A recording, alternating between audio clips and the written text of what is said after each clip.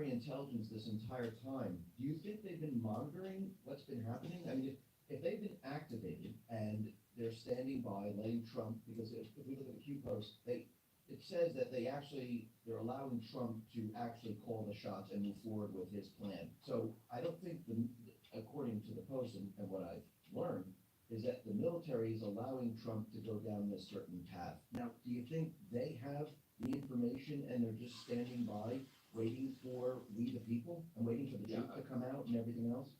I do think so. I mean, there has been, I haven't read through all the posts, right, but I've seen some, people have shown me some. I'm really good friends, really close with a lot of people that are, have studied Q in and out. And there's some interesting connections that can be made. Was Trump asked to run? And then you look back and there's that clip of him saying that it was the chairman of the Joint Chiefs of Staff, Dunford, who spoke with Trump, and really, that was Trump said himself, and that was kind of what got him the courage to do it. But if you look at the grand scheme of things, right, the military would have seen all the corruption and crimes from the previous administrations, and so it makes total sense that, all that stuff adds up. It checks out in my book.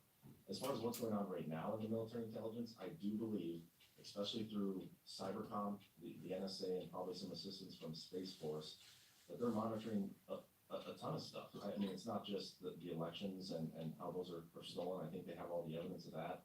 I'm sure it's any corrupt dealings and stuff going on while Trump is away. I do think they have a pulse on things, but again, this is about we the people demanding, some sort of action from our government and not allowing this corrupt system to stand.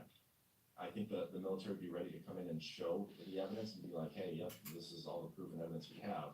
But if the population is not at not at a point where we're all ready and willing to accept it, you know what I mean? Like if only 30% of the population wants Trump back and is ready to, to kind of back that up in a sense, then it does no good because 70% of the population is against it.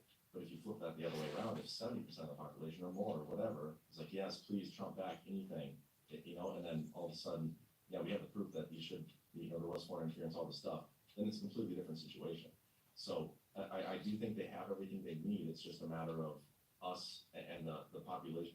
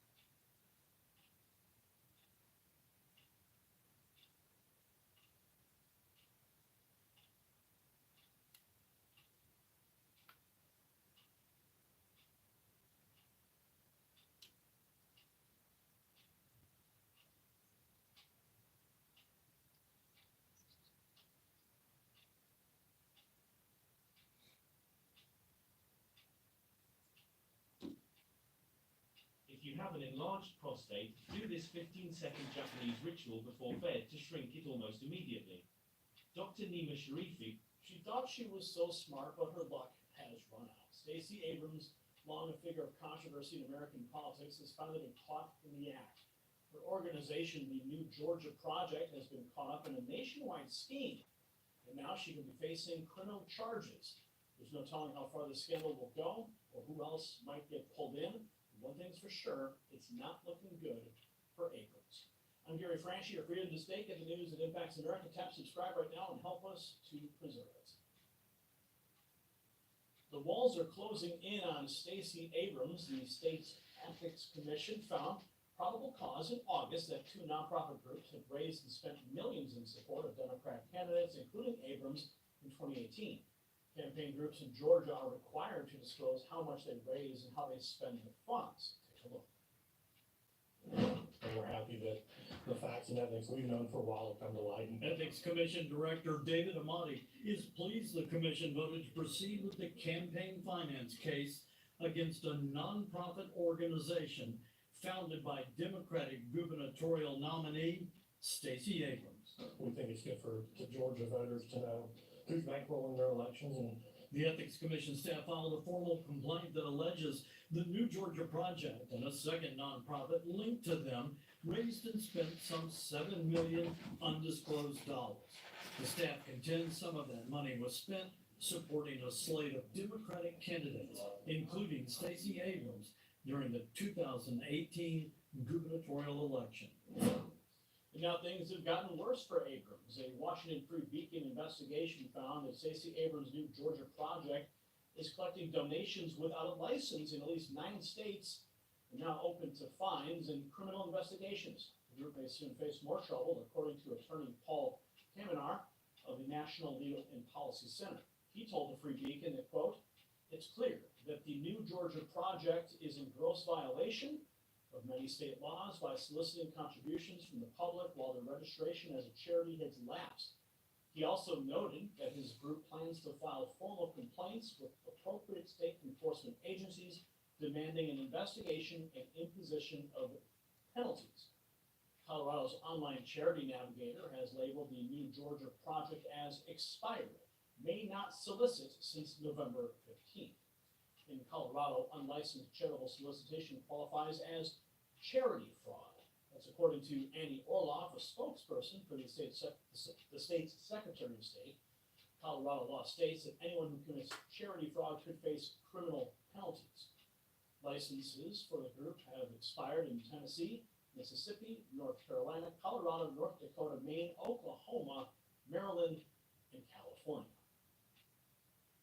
It's music to my ears. It looks like Stacey Abrams and her organization, the New Georgia Project, have been caught illegally collecting donations without having a license in at least 9 states. They've been soliciting contributions from the public despite their lapsed charitable registration and in violation of many state laws. It's about time that she got caught. We've all been suspicious that she was a fraud, and now she's facing criminal charges for charity fraud in Colorado. Reviews will be conducted by the appropriate state enforcement agencies with fines and penalties to follow. All I can say is it's about time, and I'm glad we finally got her. Let's continue the conversation in the comments below for the Next News Network. I'm Gary Franchi. Let's continue that conversation now about the coming food shortage that